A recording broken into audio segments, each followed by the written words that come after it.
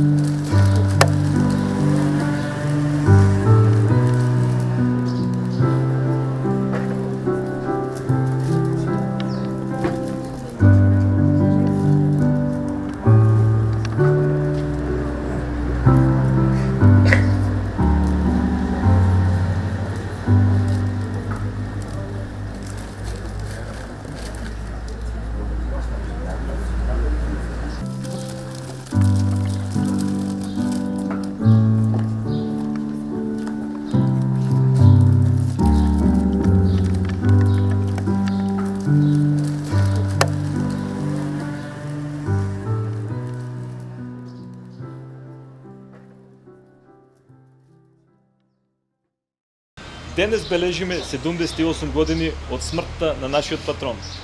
Тиквешијата со векови наназад била колевка на голем број револуционери и борци за слобода, кои, не жалејќи го својот живот, се бореле за поубава и посветла иднина на својот народ. Една од најзначајните личности од историјата на Тиквешкиот крај е учителот, револуционер и борец Димката Ангелов Габеров. Неговото име е толку врежано во свеста на луѓето, што во срцата на народот од овој крај прерасна во легендарна личност. Нашето училиште е со богата историја во која се вткаени минатото, секашноста и иднината.